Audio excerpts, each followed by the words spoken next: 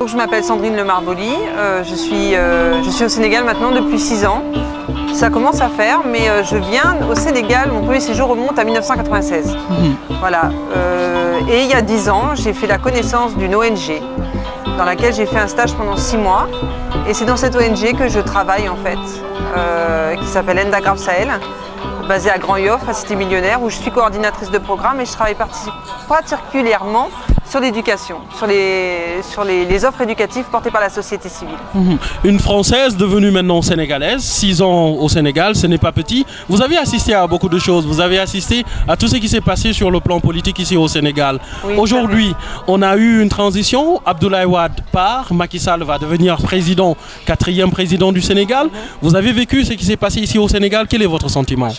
Alors mon sentiment est un sentiment forcément de joie. Parce que je pense que l'alternance, on ne peut que s'en réjouir. L'alternance, c'est le changement, c'est un renouveau.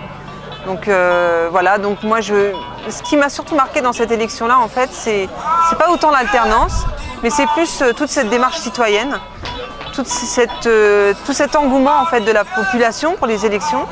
Et c'est ça que je retiendrai.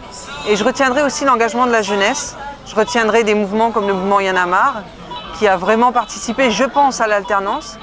Je félicite d'ailleurs tous ces jeunes du milieu artistique qui ont pris position, et ce qui est rare dans la scène politique, en tout cas au Sénégal, c'est la première fois, en tout cas c'est pas la première fois que des opérateurs culturels prennent des positions dans la vie politique, mais en tout cas que la jeunesse s'affirme, puisque de toute façon un pays doit se construire sur sa jeunesse. Donc moi ce que je retiens c'est ça, cette alternance, donc forcément la joie, parce que du renouveau, parce que la jeunesse derrière tout ça, et puis la société civile aussi qui a joué un rôle vraiment important de veille citoyenne. Et ça vraiment je pense que c'est à féliciter. Voilà, donc je partage la joie des Sénégalais, je partage la joie de cette démocratie sénégalaise. Voilà, une Sénégalaise, mais cela ne veut pas dire que vous n'êtes pas française. Nous avons vu également, nous vous avons suivi, nous avons vu d'excellentes choses que vous avez eu à réaliser avec cette organisation. Est-ce que vous pouvez nous dire un peu, cette organisation, c'est quoi? Un soutien, la coordonnatrice ou la présidente? J'ai été coordinatrice du comité de soutien dans le cadre des primaires. Donc dans le cadre des primaires socialistes, vous avez su qu'en fait à l'échelle de la France, mais aussi dans les circonscriptions des Français de l'étranger, on a participé aux primaires socialistes. Donc moi, dans le cadre de ces primaires, en tant que citoyenne française résidant au Sénégal, j'ai milité pour le candidat François Hollande en mettant en place un comité de soutien et en réalisant en effet des actions concrètes, un peu innovantes je pense, puisque en fait moi, mon fer de lance dans le cadre de ces primaires, c'était de mobiliser et de sensibiliser les binationaux pour qu'ils participent plus amplement au vote.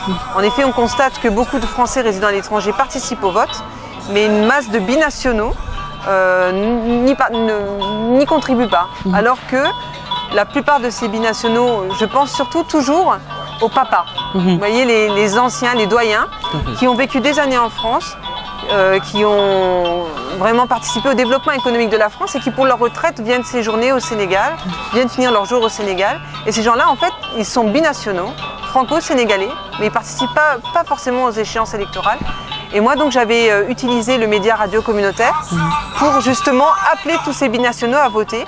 Donc, via l'Union des radios communautaires, on avait travaillé à l'élaboration de spots en langue nationale, en poulard, en wolof, pour que les messages de campagne, pour que le programme de François Hollande puisse être audible au plus grand nombre. Le français, de fait, tout le monde le parle. Les binationaux ne parlent pas forcément français. Donc de communiquer en langue nationale, c'était important. En tout cas, pour moi, c'était super important. Le combat n'est pas encore gagné parce que nous savons que les élections présidentielles en France, c'est dans quelques jours ou dans quelques semaines, si je peux le dire ainsi.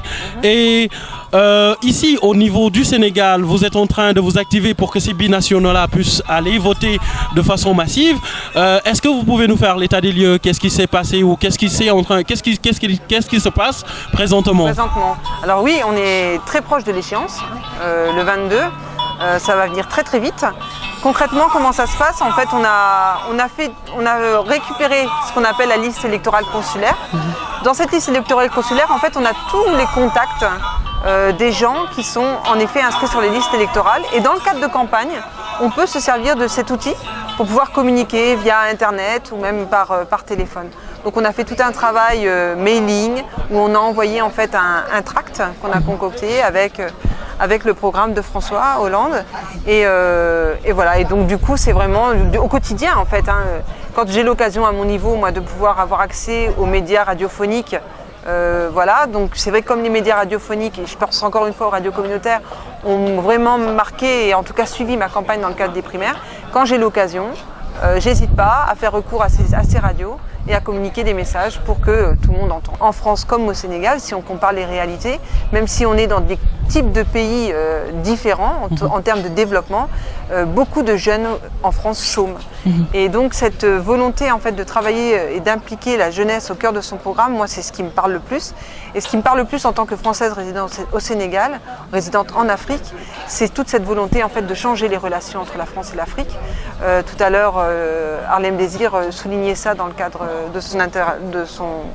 de sa prise de parole en disant qu'il y a des pratiques avec lesquelles il faut rompre, les pratiques un peu occultes de la France-Afrique. Il faut rompre avec tout ça, il faut remettre de nouvelles bases de coopération entre nos deux pays que sont la France et le Sénégal.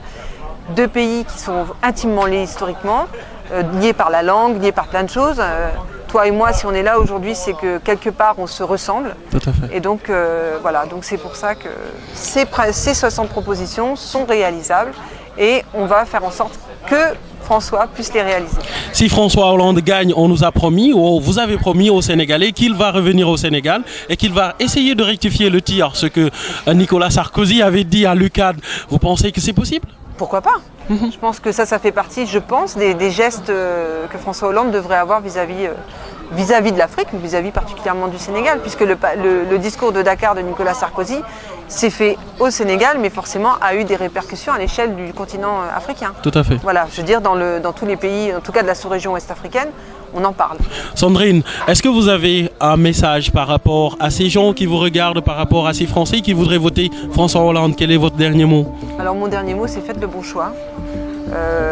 On a eu des échéances qu'on a ratées, que la gauche a ratées, et je pense que là, il faut faire le bon choix et choisir ce candidat qui incarne, je pense, l'homme d'État qu'on souhaiterait avoir. Un homme modeste, compétent, charismatique, et puis surtout qui va permettre en tout cas aux Français de travailler la main dans la main, et qui va permettre aussi à la France d'avoir une politique à l'international différente. Carapide vous remercie. Merci beaucoup. Ciao.